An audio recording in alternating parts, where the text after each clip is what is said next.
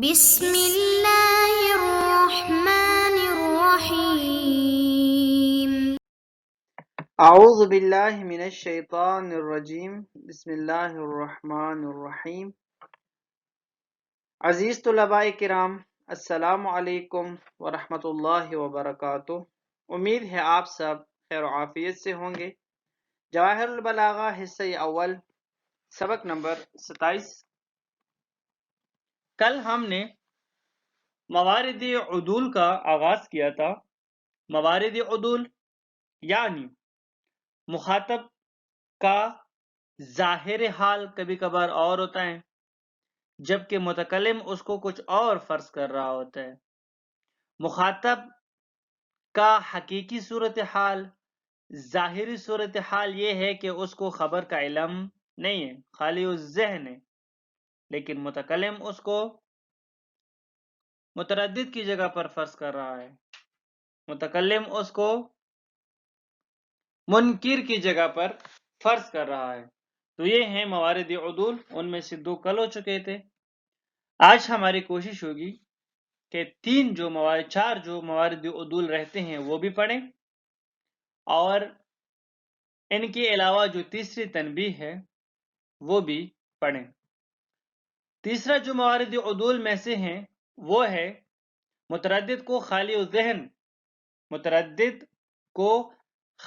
ذہن فرض کرنا۔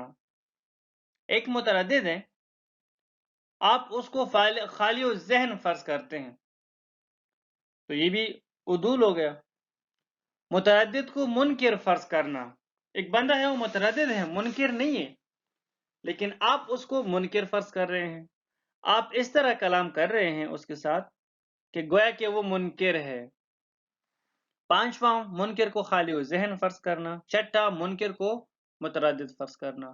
آسان ہے، ان میں سے کوئی چیز مشکل نہیں ہے، بعد میں وضاحت ان کی آئے گی تو وہیں پر ہم ان کی وضاحت بھی کریں گے مثالوں کے ساتھ۔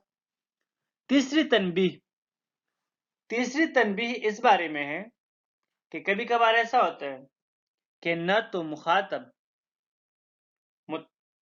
تو متکلم مخاطب کو متردد فرض کر رہا ہے، نہ متکلم مخاطب کو منکر فرض کر رہا ہے، ایسی کوئی بات نہیں ہے، لیکن پھر بھی جو کلام کرتا ہے وہ تاکید کے ساتھ کرتا ہے۔ کلام وہی کرتا ہے جو کسی انکاری کے سامنے کرنا ہوتا ہے۔ ایسا کیوں کرتا ہے؟ ایسا اس لیے کرتا ہے کہ وہ کلام اہم ہوتا ہے۔ وہ کلام کیونکہ اہم ہوتا ہے، اس کلام کی اہمیت کی وجہ سے۔ تیسری تنبیہ، بات بہت اہم ہے، ایک کلام ہے، ایک بات ہے، وہ بہت اہم ہے۔ مخاطب نہ متردد ہے، نہ وہ منکر ہے، اور نہ آپ اس کو متردد و منکر کی جگہ فرض کر رہے ہیں، ایسا کچھ بھی نہیں ہے، لیکن بات چونکہ اہم ہے لہذا بات کی اہمیت کے پیش نظر کلام میں تاکید لائی جاتی ہے۔ اب آتے ہیں عبارت کی طرف۔ موارد عدول میں سے جو تیسرا ہے وہ ہے تنزیل المتردد منزلۃ الخالی۔ ایک بندہ ہے، وہ ہے متردد، آپ اس کو خالی و ذہن کی جگہ پر فرض کر رہے ہیں۔ یہاں پر بہترین مثال دی ہے کہ قول کا للمتردد فی قدوم الامیر مع شہرته قدم الامیر۔ مثلا آج کے دور کے مطابق مثال دیں، اس دور میں امیر ہوا کرتے تھے، آج کے دور میں وزیر اعظم ہوتے ہیں، ایم این اے ہوتے ہیں، ایم پی اے ہوتے ہیں۔ ایک ایم این اے جب ووٹ لے لیتا ہے تو پھر وہ اپنے علاقے کی طرف آتا نہیں ہے، پھر وہ اسلام آباد میں آ کے بیٹھ جاتا ہے۔ پھر اپنا علاقہ اس ایم این اے صاحب کو تب یاد ہوتا ہے کہ جب دوبارہ الیکشن کا موسم آ جائے، دوبارہ الیکشن کا جو سیزن ہے وہ جب آ جائے، تب اس کو اپنے علاقے کے لوگ یاد آتے ہیں، تب تک وہ اسلام آباد میں ہی بیٹھا ہوتا ہے۔ کل یا پرسوں کسی نے بتایا کہ بھائی ایم این اے صاحب آ رہے ہیں اپنے علاقے، الیکشن کا سیزن بھی نہیں ہے، پورے علاقے والوں کو خبر ہے کہ آج ایم این اے صاحب آئیں گے، اب آ بھی گئے، آنے کی بھی خبر مشہور ہو گئی پورے علاقے میں کہ ایم این اے صاحب آ گئے، اس کے باوجود ایک بندہ متردد ہے.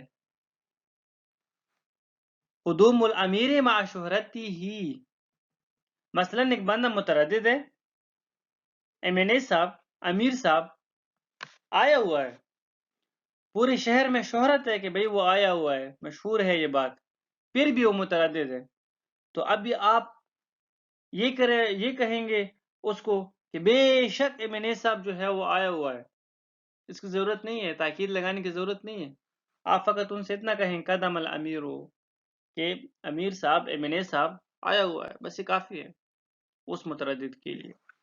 کیوں؟ کیونکہ بھئی شہرت موجود ہے، کرینہ موجود ہے، آپ پھر بھی جو ہے متردد ہیں، جبکہ مشہور ہے کہ وہ آیا ہوا ہے، پوری شہرت ہے، ٹی وی میں بھی مثلا دکھا رہے ہیں، یا علاقائی سوشل میڈیا پلیٹ فارم سے بھی ان کے پکچر جو ہے شیئر ہو رہے ہیں، اور ابھی بھی آپ متردد ہیں.